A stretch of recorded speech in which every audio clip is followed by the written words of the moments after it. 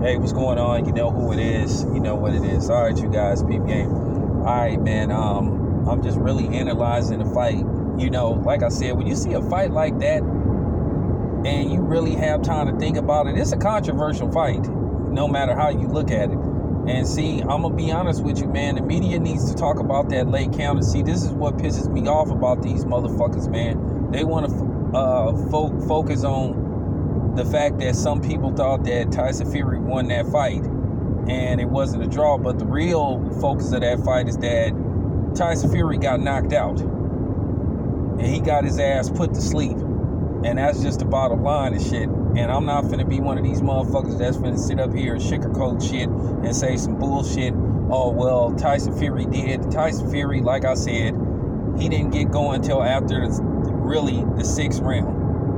I didn't think he was winning that fight. And I'm just keeping it 100. Deontay Wilder got robbed of a KO, and that's just the bottom fucking line. I'm not finna sit up here and talk about how Tyson Fury allegedly outboxed Deontay Wilder when his ass got his motherfucking ass knocked out.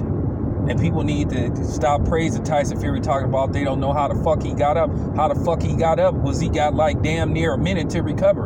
And Jack Reese fucked up that fight. And if I was Deontay Wilder, I would ask that Jack Reese never referees any of my fights. Now, for the people that's going to come on here trying to talk that shit about some disrespectful shit, try me, motherfuckers, and see that I'll block your motherfucking ass. Don't come on here talking no stupid shit. I don't play that shit. Real talk. Tyson Fury got his ass knocked the fuck out. So, I mean, let's just keep it fair. If you're going to talk about the controversy on one side, talk about the controversy on the other side due to the fact that his ass got knocked out. And Jack Reese gave him, you know what I'm saying, extra time to recover. And see, this is what pissed me off about the media and shit. They always have a fucking agenda when it comes to certain shit. It comes to certain fighters. But at the end of the day, Deontay Wilder still doesn't have a loss. But at the same time, that should have been, you know what I'm saying, that should have been his 40th knockout. You know, real talk.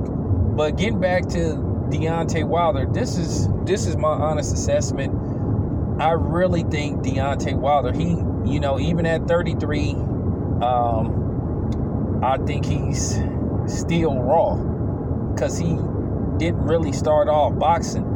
I think Deontay Wilder, real talk, I think he needs to go another direction.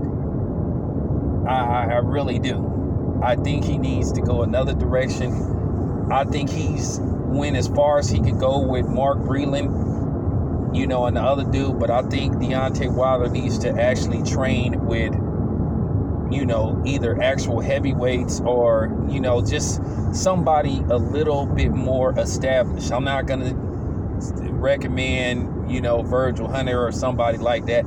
I don't think Virgil Hunter's style would fit Deontay Wilder. But I feel that Deontay Wilder, he should train with somebody like Lennox Lewis. He should seriously consider hiring Lennox Lewis to help touch up some of his skills and shit. Because at the end of the day, Tyson Fury can talk all the shit he want to talk about in press conferences. He was never going to be knocked out. Motherfucker, you got knocked out, dude. Your ass got put to sleep. And Jack Reese saved your ass. Like I told you, I don't give a fuck about nobody being mad. Shit, I say whatever the fuck I want to say, man. I'm just keeping it real. Like I said, see, this is what be pissing me off about motherfuckers, man. They don't want to call the shit right down the middle. If you're going to talk about how you think people got outboxed and all that type of shit, talk about the controversial, you know, knockout that Deontay Wilder got robbed of. You know, a lot of people be making these videos because they want certain group of people to hit they channel and all that type of shit. But me, I'ma always be me. And like I said, man, I ain't talking about no one specific person and all that type of shit. I'm just seeing random videos and shit. You know, I just saw a lot of things in that fight Deontay Wilder could have did to where he could have made that fight a lot more easier.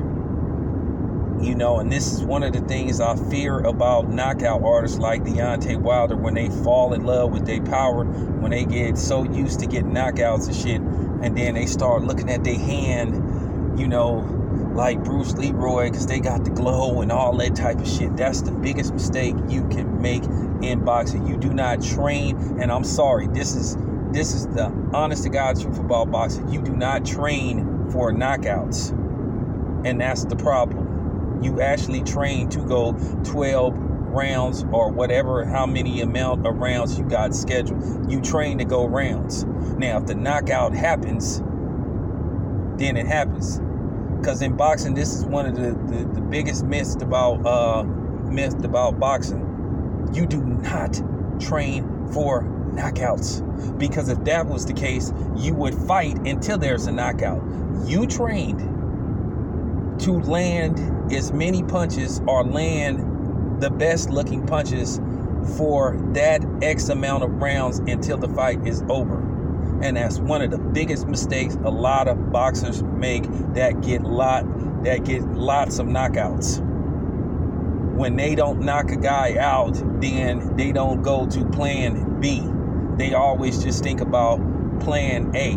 I think Deontay Wilder, like I said, it did get to the point at certain times Tyson Fury could see some of his punches coming, or a lot of his punches coming. And let's not make it look like Tyson Fury put on a boxing clinic, because that's bullshit too. Because Tyson Fury was missing a lot too. And like I say, Tyson Fury was like fainting a lot through the fight, but then sometimes he wouldn't throw no punch. And like I say, Deontay Wilder was rolling and slipping a lot of Tyson Fury's punches too. Deontay Wilder had, it looked like his left eye was swollen a little bit, but Tyson Fury had lumps on the side of his face and bruises. So let's not make it look like he didn't get touched neither. Okay? So I'm just saying, I feel like Deontay Wilder may need to go another direction. Now, he doesn't have to. Now, as far as the rematch being in the UK, that's, I don't know. That's kind of debatable, because here's the thing. Tyson Fury did not win the fight. If he won the fight, then hell yeah. But he didn't actually win the fight. I think they need to take the rematch to Las Vegas or Brooklyn. Real talk. And I do think that if Deontay Wilder does things a little bit different, where he's patient, where he works the body, I feel that he'll win the rematch. And he will get the stoppage in the rematch earlier. He just needs to work the body and do some things. Okay? So that's just the bottom line. I'm out.